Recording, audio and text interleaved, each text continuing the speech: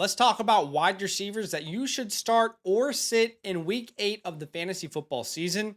We've got every team in play this week, no buys, so 16 matchups, 32 teams in total. Let's start with Thursday Night Football, Vikings at Rams. Yes, this is no longer Broncos Saints, right? Where people are trying to pretend like Bub Means was a good start, where Cortland Sutton laid a goose egg. This week will be completely different on Thursday Night Football. Two of the best receivers in fantasy football going at it. Justin Jefferson, my wide receiver 1 in my rankings this week. And the return of Cooper Kupp, my wide receiver 4. I'm starting him with a ton of confidence. And it's literally the best matchup in fantasy football right now. The Vikings, you cannot run on them, but you can throw on them right now. They're giving up the most points to fantasy wide receivers on a per week basis. So Cooper Kupp has got to be in play. You have to start him. And if you want to play another Rams wide receiver, go ahead and be my guest. But with Cooper Kupp back, I think he will just funnel all the targets. But Tutu Atwell would be the name I would choose to start. To be fair to Tutu, he's been very good in replacement of Cooper Kupp, if you will, different role. But he's been a consistent play. He hasn't really had a bust week. So if you need a flex, Tutu could be your answer, but I would rather not rely on that this week. And on the opposite side of the ball, of course, you're starting Justin Jefferson, but Jordan Addison is also a spot start. Didn't have his best week last week versus the Detroit Lions. It looked like a smash matchup. He finishes with 4 targets, 66 yards. I think he should have a bounce back and what should be a high scoring game, 46.5 point over under. All right, moving on to the start of the 1 p.m. Eastern Standard Time slate of games. Honestly, I'm kind of really glad that there is no London game. It was tough to get up for here in Sydney. It started at 12 a.m. Hopefully you guys feel the same way, but there's no more London games, so don't worry. This is the start of the 1 p.m., right? Ravens at the Browns, 42.5 point over under. The third largest spread of the week in favor of the Ravens, 9.5 point favorites.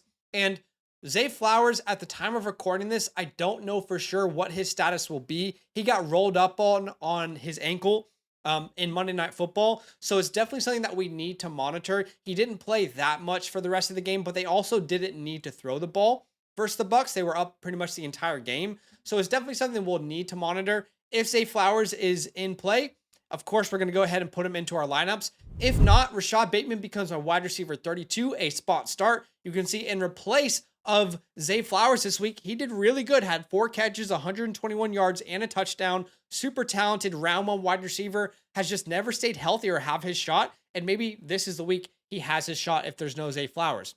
On the opposite side of the ball, look, you can make a case to spot start Jerry Jeudy or Cedric Tillman, who's coming off a 12-target game. But it's just not something that I would like to rely on. I know you can throw on the Ravens, so maybe if you want to put a DFS format together, right, where you want to add Tillman or Jerry Jeudy into your lineup if they're super cheap, but not something that I would be relying on in traditional formats just because there's so many unknowns with that team right now offensively. All right, moving on to the Titans at the Lions. This is the largest spread of the week. The Lions are 10.5 point favorites, all right? So what does concern me is there could be a scenario here where the Lions don't really need to throw the ball. Let's be careful thinking about this matchup this week. 45.5 point over under. But of course, I'm never going to tell you to sit Amon-Ra St. Brown coming off a 25 point game last week versus the Minnesota Vikings, got into the end zone. That is now 4 straight games where he's had a touchdown. Of course, you have to play him. Jameson Williams is really strange. I mean, just before I started recording this, there was a report that came out from Schefter saying he is facing a 2-game suspension for violating performance-enhancing substance policies. Does that mean that starts this week? Does that start in a future week? Will the team discipline him? I don't really know, but there's a likely scenario here where Jameson Williams is not in play. And for the opposite side of the ball, again, technically a really good matchup, just like we talked about with the Browns earlier, but there is not a quarterback that I trust to get Calvin Ridley or DeAndre Hopkins the ball. Guys, in the last 2 weeks, Calvin Ridley, okay, this is going to blow your mind, 17 targets. Calvin Ridley has 17 targets in the last 2 weeks. He has 3 catches. He has 3 catches on 17 targets. It doesn't matter if it's Will Levis. It doesn't matter if it's Rudolph. Nobody can get this guy the ball. The offense is not funneling through him. They're not giving him layups. So I just don't feel comfortable starting either one of these names. There is no good quarterback behind center. But of course, if you want to play him in a DFS format, if they're cheap, I understand. All right, the fourth matchup we'll look at here is the Colts at the Texans. 46.5 point over under, and the Texans are favored by 5.5 points. We've been saying this all year. If Joe Flacco is starting for this team, you can start these guys. But the reality is, Joe Flacco is not starting. It's Anthony Richardson, who just had one of his worst ever games through the air as a professional. And I know that's crazy to say because he's been so poor his entire career as a thrower, but he completed 10 out of 24 passes.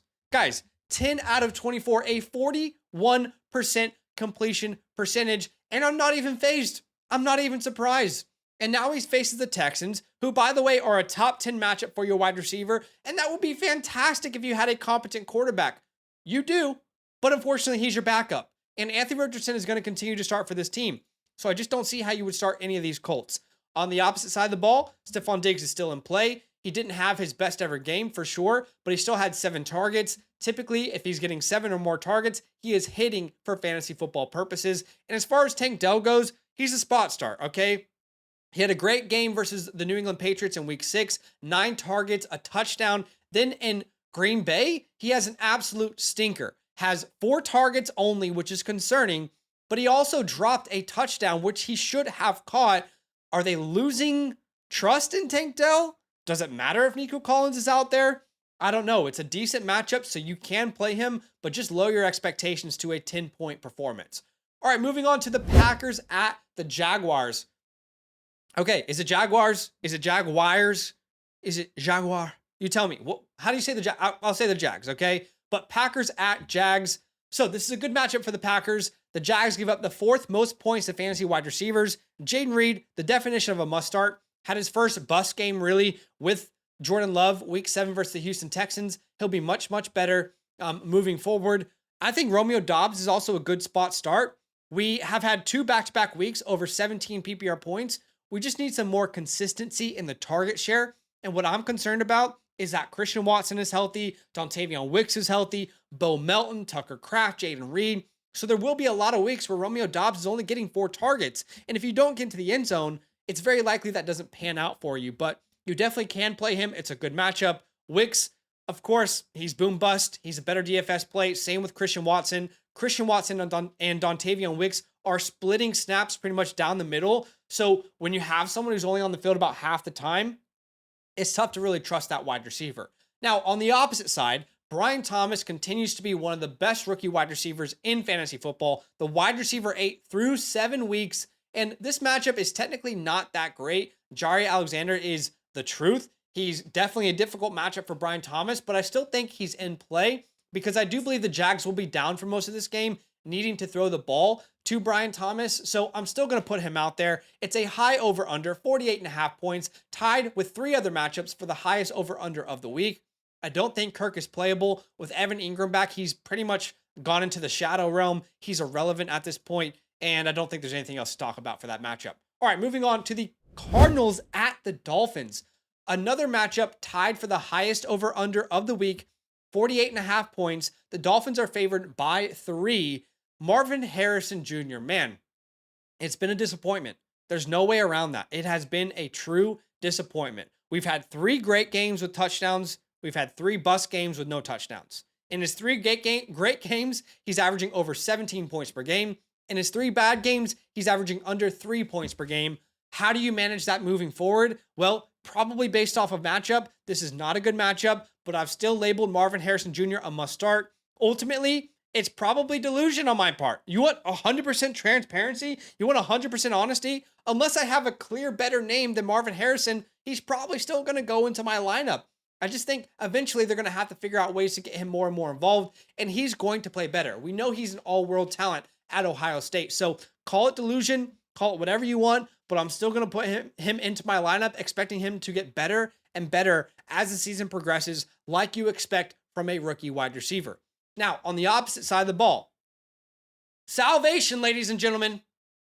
Salvation. We are finally going to see Tua Tags back as a starting quarterback for this team. Do not get me started on Mike McDaniels inability to coach this offense without Tua. But the good news is Tua should be back. All reports are that he's back. He's practicing. This is everything on schedule for them. So assuming Tua is playing, Tyreek Hill is a top 5 wide receiver play for me this week, and a good matchup versus the Cardinals, who are top 7 in points allowed to wide receivers. Jalen Waddle also in play. That's right. I'd play Jalen Waddle over Marvin Harrison this week. Again, assuming Tua Tags is back in the lineup. Remember, guys, in week 1 with a healthy Tua, we had Jalen Waddle go 5 for 109 yards over 16 PPR points. So this is a player that you've been able to play with a healthy Tua. Tua's back. Let's put these wide receivers back into our lineups. This is what we've been waiting for. I have Tyreek in so many leagues.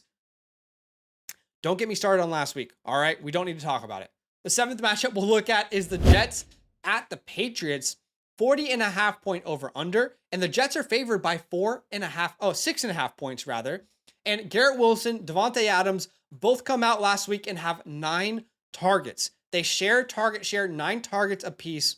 Garrett Wilson ends up having the better game, but Devontae Adams had multiple targets in the end zone. I do think Adams will be better and better as they kind of get into the groove of things. They're facing the Patriots, which is a team that you can definitely throw on. Guys, remember, we're just one week removed, right, in week 6, when we saw the Texans, both Tank Dell and Stephon Diggs, get into the end zone, have great games versus the New England Patriots. So I think both of those guys should be back into your lineups. Lazard, unfortunately, takes a huge hit on target share. I wouldn't play him. And on the opposite side of the ball, if it was a good matchup, I think you could consider flexing a Pop Douglas, a Keishon Butte maybe. But until we see more consistency and in a bad matchup, I just don't think those guys should be starting in your lineups. The Jets are 26th in points allowed, so they're one of the tougher matchups in the NFL right now. All right, moving on to Falcons at Bucks. I kind of need a moment of silence if I'm 100% honest with you guys. If you don't know, in the Flock League, I have Chris Godwin. Guys, I was down 75 points heading into Monday Night Football. We had Godwin, we had Baker, we had Trey McBride, we had Tucker, and we pulled off one of the most incredible comebacks I've ever been a part of. I was down 75 points, okay? And on the last Chris Godwin catch, it secured the comeback for me. That catch was the reason I won my matchup. And unfortunately, it was also the reason Chris Godwin is going to be out for the rest of the year. The whirlwind of emotions I experienced cannot be overstated. And the sadness that currently lives in my heart can also not be overstated. I am so sad, and I'm pretending I'm okay walking around this earth, but I do not feel happy right now. Chris Godwin is going to be out for the year. Mike Evans will not play in this matchup. We saw the hamstring injury on the drop touchdown. He probably is going to be out multiple weeks. So that means it's Jalen McMillan's time to step up. If you don't know, Jalen McMillan is probably my favorite waiver wire pickup of the week. He is a super talented former 5-star recruit out of Washington with those Huskies, played with Michael Penix, one of my favorite rookie wide receivers. I loved scouting that guy. I mean, he is so talented. And I think he has a chance to step in and be the dude for this team. He's a spot start for me in a decent matchup versus the Falcons. Would definitely pick him up. Not sure I would play him yet, but he would be the name I would play if you had to start one of those names. On the opposite side of the ball, let's keep riding these guys. Drake London is your wide receiver 3 so far through 7 weeks. He's getting consistent targets. He's had touchdowns in 5 out of 7 games. I mean, the dude is a superstar. And Darnell Mooney has definitely cooled off a bit, but the targets are still there. He's coming off an 8-target game versus Seattle. So I still think you can play him. You can throw on the Bucks. They're the 6th best matchup for your wide receivers. Honestly, what you have to hope for if you have Darnell Mooney is you have to hope for a scenario here where the Bucks can stay competitive without their best weapons. And that's going to be tough to accomplish. So definitely something to monitor. I also think the over-under on this game is going to come down. I don't think the Bucks will be favored anymore, but that hasn't updated yet on my end. All right, let's talk Eagles-Bengals. 46.5 point over-under. The Bengals are favored by 2.5 points. A.J. Brown, a must start. We know this, averaging over 20 points per game since coming back from that injury. Devonta Smith, not a good game last week. All right, not going to get a lion's share of the targets. We know that's going to be A.J. Brown, but keep in mind, the Eagles did not have to throw the ball at all last week versus the Giants. They won that game easily. They were up multiple touchdowns for most of the game, and Devonta Smith just was not needed. I don't think that will be the scenario versus the Bengals. The Bengals have been flying high offensively. Joe Burrow is going to figure something out. They're going to have to be in a more neutral game script. And on the opposite side of the ball, this is a top 10 matchup for the Bengal wide receivers. Jamar Chase, absolutely in play, my wide receiver 5, and T. Higgins, my wide receiver 15. T. Higgins is out targeting Jamar Chase since he came back from injury. T. Higgins is on track for like 130 targets. And he's missed 2 games, by the way. I mean, the dude is dominant. He has 4 touchdowns since week 3. He's definitely got to be in your lineups. Put some respect on T. Higgins, all right? Great game for wide receivers in fantasy football. I want as much pieces of that matchup as I can. Devonta Smith, AJ, Jamar Chase, T. Higgins. I want all of those names this week. All right, let's move on to the start of the 4 p.m. Eastern Standard Time slate of games. The Saints at the Chargers. So the second lowest over-under of the week. The Chargers are favored by 7.5 points. So there's a lot to think about in this matchup. Number one, we don't expect many fantasy points because it's a very low over-under. It's not even over 40 points for both teams combined, right? Number two, though, the Chargers are 7.5 point favorites. So that makes me feel like the Saints are going to have to throw the ball. And if Chris Olave is back and healthy, I do think they will funnel targets through him without Rashid Shaheed. Keep in mind, guys, Rattler was really bad last week, but it was versus a very difficult defense, and he had no Chris Olave. So again, a difficult defense they're facing with the Chargers, but I think Olave is going to drown in targets. That's why I'm okay to put him out there, but I would limit my expectations to 10 to 12 to 13 points. And on the opposite side of the ball, Ladd McConkey did have some pretty decent targets in this game. Unfortunately, he didn't have his best game ever as a pro. He had 7 targets, caught 5 of them for 46 yards, but he actually was outproduced by Josh Palmer, who had 63 yards on 5 targets. So Josh Palmer is going to be a problem moving forward, but Ladd McConkey is still the name I would start if I had to choose one of these options. But again, the concern here is that will the Chargers need to throw the ball? Because if they don't, we know they're going to run the ball pretty consistently, right? I mean, it takes you all the way back to the Bucs game when you're thinking about that matchup. Again, can these two teams keep it a neutral game script? Because if not, Ladd McConkey won't be a good play this week. All right, moving on to the 11th matchup of the week. We've got the Bills at the Seahawks, 47.5 point over under. The Bills are favored by 3 points. This is very simple for me. Amari Cooper's in play, 16.5 points on 35% of the snaps. Guys, I want you to think about something for a second. Amari Cooper last week had 5 targets, all right? He played 35% of the snaps. We're talking about a guy, when he gets out there to 100% of the snaps, 90% of the snaps, I mean, he could average over 10 targets per game in this offense. They clearly want to target him when he's out there running routes, and he's clearly going to be their red zone option. Now he faces the Seahawks. I think there should be a neutral game script. He's definitely in play for me. And with him playing the majority of the snaps now, I don't really want to get involved with Shakir or Keon Coleman. On the opposite side, DK Metcalf, I'm projecting that he won't play. So if he does, of course you start him. But projecting that DK Metcalf is not in this week, that makes JSN and Tyler Lockett both decent spot starts. Now, unfortunately, the matchup isn't very good, right? The Bills are 25th in points allowed, so they're a tough secondary to go up against. But JSN and Lockett are already getting targeted a bunch. Now, without DK Metcalf, they should be fine options in your starting lineup. All right, moving on to the Bears at the Commanders. Man, I really hope Jaden Daniels is healthy for this one. This would be so fun to watch if we get Caleb versus Jaden, the number 1, number 2 overall pick, going at it at Washington. The injury shouldn't be too serious, but we'll see how the Commanders play it. But at the moment, if Jaden Daniels is in, Terry McLaurin is a must start. Now, if Jaden Daniels is ruled out, I would move Terry McLaurin as my wide receiver 30. He would become a spot start. He was good last week versus the Panthers with Marcus Mariota, but you have to keep in mind, the Panthers are not that good of a team. This Bears secondary is legit. They're 27th in points allowed, giving up the 6th fewest points to fantasy wide receivers. So if it's Marcus Mariota, I'm not very excited to play Terry McLaurin. Now, on the opposite side of the ball, DJ Moore is definitely in play. Almost had a touchdown in London versus the Jags, but got called down at the half-inch line. He should bounce back in a big way. He's had some pretty good boom games with Caleb Williams recently. And then Keenan Allen is also in play. They're looking for him in the end zone.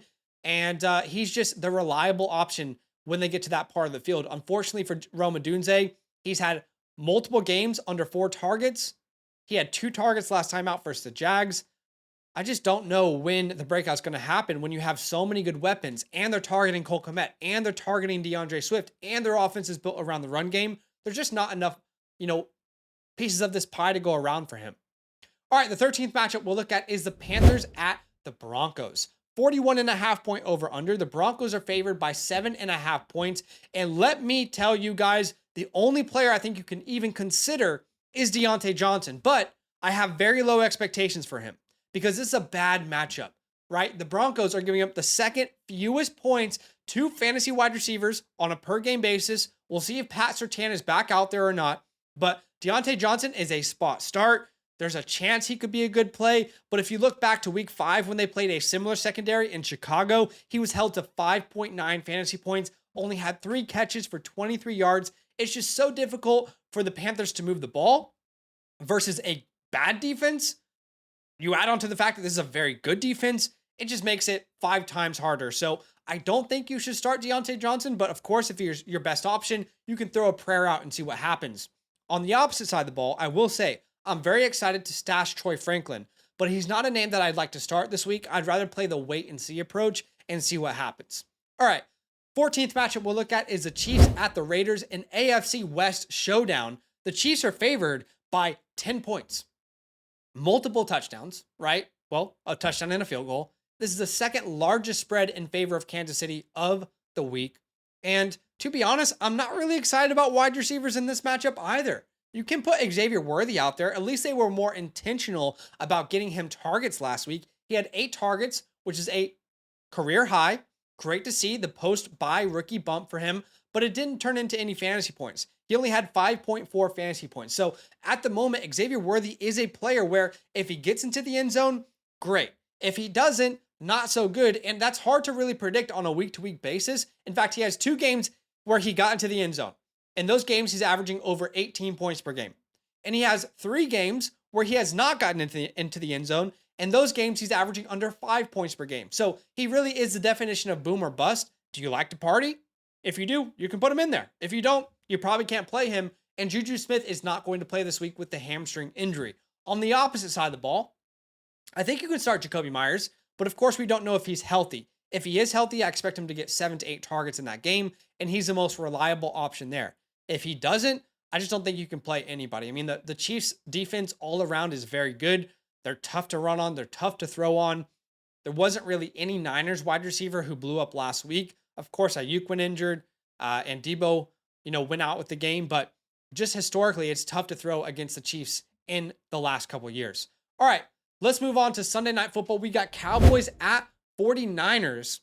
47.5 point over under. And the 49ers are favored even though they lost Ayuk and even though Debo is currently dealing with an injury. Debo Samuel was hospitalized just recently, yesterday, with pneumonia and fluid in his lungs. So at the moment, I don't know if he's going to play this week or not, but I'm ranking him as if he will play. So if he plays, he's a must start. No Ayuk. He's been so good in his career without Ayuk. Has had so many targets, has been heavily involved. It's a decent matchup versus the Cowboys. And if he doesn't play, then Juwan Jennings becomes a must start for me personally. My wide receiver 26. Ricky Pearsall is in play as a spot start. I wouldn't start Jacob Cohen yet. He's a good stash, but not someone that you can play at this point. And then on the opposite side of the ball, you can start CeeDee Lamb. Man, I'd really love a CeeDee Lamb blow-up game, wouldn't you? Hopefully that happens this week, but you got to put him in your lineup. And the last game we'll look at today is Monday Night Football, Giants at Steelers, the lowest over-under of the week. So be careful with this one. I'm not sure how many fantasy points you'll find. The Steelers are favored by 4.5 points, and this is a tough matchup for the Giants. Daniel Jones is not playing well. Their offensive line is falling apart.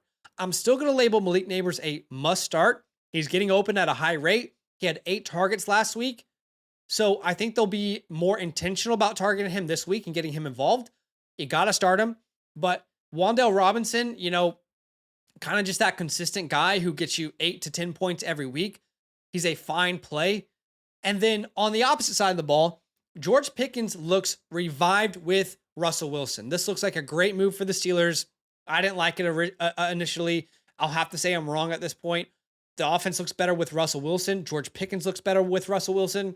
But I would say, guys, keep in mind that George Pickens, his fantasy points come from the one-on-one, beat your guy down the field, make a highlight catch type of situations. Those don't always pan out. So keep in mind, there are going to be plenty of bust games for George Pickens on the way. But as long as he has a quarterback that gives him a shot, he's one of the best one-on-one ball guys in the NFL. They targeted him twice in the red zone, in the end zone. So I think he's definitely in play, my wide receiver 28 this week. But again, low over under, so limit your expectations. But those are all the matchups here for week number 8. Do me a favor, smash that like button to show some love. Subscribe if you like the content. And the last thing I'll say here is if you want to ask me a start sit question, check out the pinned comment. There's a link to our website where you can ask me a question at any time. And by the way, if you haven't signed up for a free account on our Flock Fantasy website, go do that. Use the promo code LAND, flockfantasy.com/land. Use the promo code LAND. And when you do, you'll get free expert consensus rankings, the team analyzer, the trade calculator, all for free, just as a thank you from us by joining the site. I appreciate you for watching. We'll see you in a future video. Go get a win in week number 8. And the running back start sits are already out on the channel, so go check those out. Those released earlier. All up. Now that those idiots are done talking, who needs some rankings? Hell yeah, I need some rankings. Then use promo code LAND, LAND, for 30% off any membership at flockfantasy.com. Oh.